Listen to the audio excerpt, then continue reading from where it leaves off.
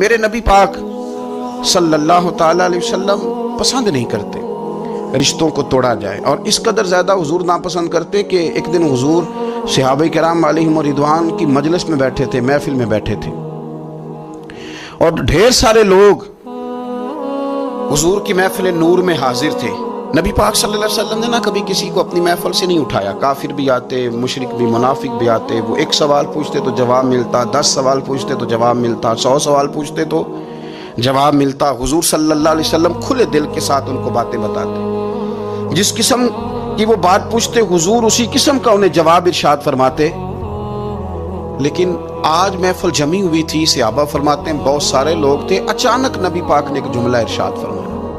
فرمایا بھی آج اگر ہماری محفل میں کوئی ایسا شخص موجود ہے جو رشتے توڑنے والا ہے، جس نے اپنے رشتے توڑ رکھے ہیں، تو وہ میری محفل سے اٹھ کے چلا جائے۔ گرا جو ان کی نگاہ سے وہ سنبھل نہیں سکتا۔ اگر کسی نے رشتے توڑے ہوئے جان بوجھ کے بغیر کسی شرعی وجہ اٹھ کے چلا جائے،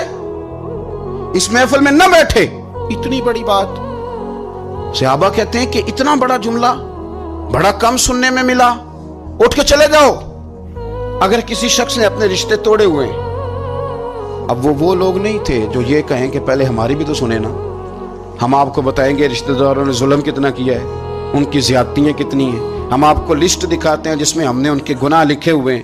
ہمارے پاس وہ رجسٹر موجود